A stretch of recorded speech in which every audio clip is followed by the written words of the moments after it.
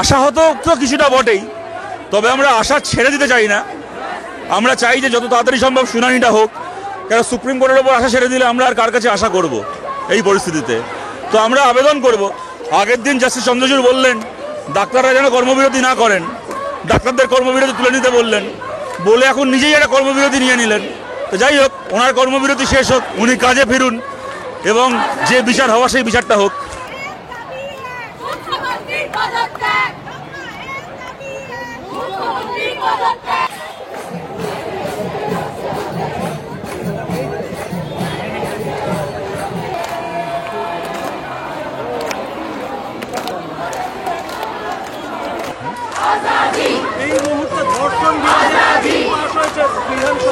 এগুলো সস্তা ন্যাকামি না বলুন তো? এগুলো আমাদের রাজ্যে হেতাল পারেককে ধর্ষণ করার জন্য ধনঞ্জয়ের ফাঁসি হয়েছিল, কোন মমতা ঢপের বিল লেগেছিল তার জন্য? নির্ভয়ের ধর্ষণের জন্য 4 জনের ফাঁসি হয়েছে, কোন মমতা ব্যানার্জি ঢপের বিল লেগেছে তার জন্য? ফাঁসি হওয়া উচিত কি উচিত না, জেল হওয়া উচিত কি উচিত না অন্য কথা, কিন্তু আমাদের দেশে ধর্ষণ করে খুন করলে কি জেলের মানে মানে প্রভিশন নেই? আইনে ফাঁসির প্রভিশন নেই? তার জন্য নতুন বিল লাগে? কামদুনির ধর্ষকের ফাঁসি হলো না কেন? কামদুনির ধর্ষক মুক্ত হয়ে গেল কেন? হেতাল পারেকের ধর্ষকের শাস্তি হয়েছে, দিল্লির নির্ভয় ধর্ষকের শাস্তি হয়েছে, আর কামদুনির ধর্ষক ছাড়া পেয়েছে। তার কারণ হচ্ছে ওখানে কোনো বিনীত গোয়েল ছিল না, এখানে বিনীত গোয়েল আছে। ওখানে কোনো মমতা ব্যানার্জি ছিল না, এখানে মমতা ব্যানার্জি আছে।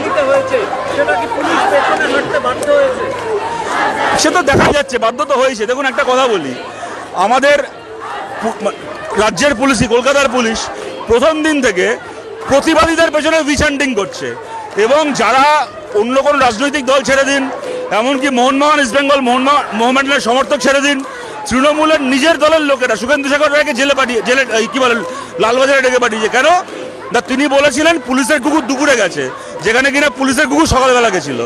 কুকুর দুপুরে গেছে না সকালে গেছে, তার জন্য শুভেন্দু শেখর রায়কে ডেকে পাঠিয়েছে লালবাজারে, আমাদের মীনাক্ষীকে ডেকে পাঠিয়েছে, আমাদের সৃজনকে, দীপশিতাকে ডেকে পাঠিয়েছে, এতজনকে ডেকে পাঠিয়েছে।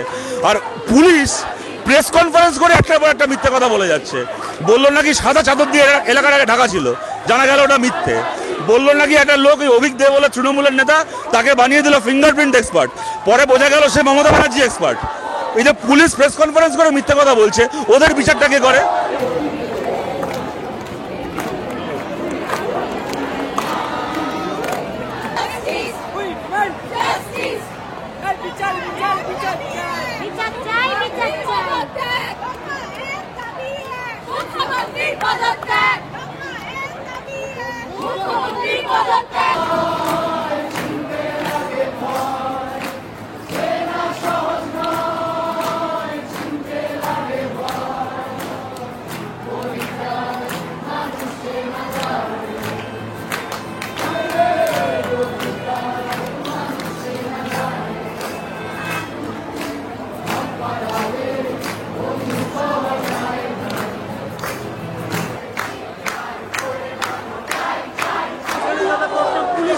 আজকে প্রথম যেদিন শুনানি হলো, জাস্টিস চন্দ্রচূড় বললেন এবং সঠিক কথা বললেন যে একজন ধর্ষিতা, তার নাম প্রকাশ করাটা একটা অপরাধ।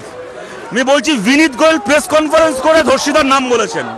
মমতা ব্যানার্জি এবিপি আনন্দকে বাইট দিতে গিয়ে 2 বার ধর্ষিতার নাম বলেছেন। মমতা ব্যানার্জি বিনীত গোয়েলের বিচার কে করে?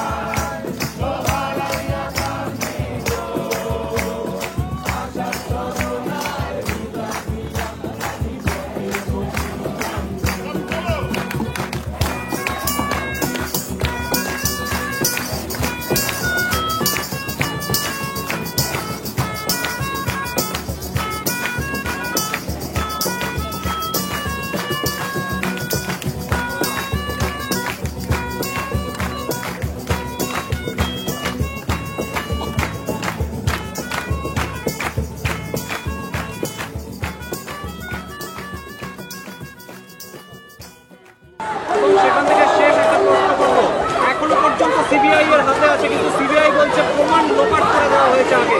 তাহলে সিবিআই অফিসার ওখানে ওরা একটা স্যান্ডো গেঞ্জি আর রুমালের দোকান করুক। তাহলে এগুলো নেকা নেকা কথা না এগুলো। আমাদের দেশে আপনারা জানেন ল অ্যান্ড অর্ডার হচ্ছে স্টেট সাবজেক্ট। কোথাও কোনো অপরাধ হলে কখনো সিবিআই প্রথম দিন থেকে তা তদন্ত করে না, প্রথমে পুলিশ করে। পুলিশ করতে না পারলে 5 মাস পরে, 6 মাস পরে, অনেক সময় 5 বছর পরে সিবিআই তদন্ত শুরু করে, তখনও অনেক সময় সিবিআই সফল হয়। আর এখানে 4 দিনের মধ্যে সিবিআই হাতে তদন্তভার পেয়েছে। কখন এটা হয় বলুন তো? সিবিআই তাদের গোটা জীবনে কটা এরকম কেস পেয়েছে যেখানে একটা অপরাধ হওয়ার 96 ঘন্টার মধ্যে তদন্ত শুরু করার সুযোগ পেয়েছে? কবার এরকম হয়েছে আজ অব্দি? এই যে গরু বালি কয়লার কেসে আপনারা জানেন 3 মাস 4 মাস কোর্টে শুনানি হয়েছে, তারপরে তদন্ত সিবিআইকে দেওয়া হয়েছে। আর এক্ষেত্রে সকালবেলা মামলা উঠেছে, 1 ঘন্টার মধ্যে হাইকোর্ট ওটাকে সিবিআইকে দিয়ে দিয়েছে। 96 ঘন্টার মধ্যে তদন্ত শুরু করার পরে যদি বলে আমরা প্রমাণ খুঁজে পাচ্ছি না, তাহলে ওরা শিয়ালদা স্টেশনে দাঁড়িয়ে রুমাল বেচুক, ওদেরকে আর গোয়েন্দাগিরি করতে হবে না।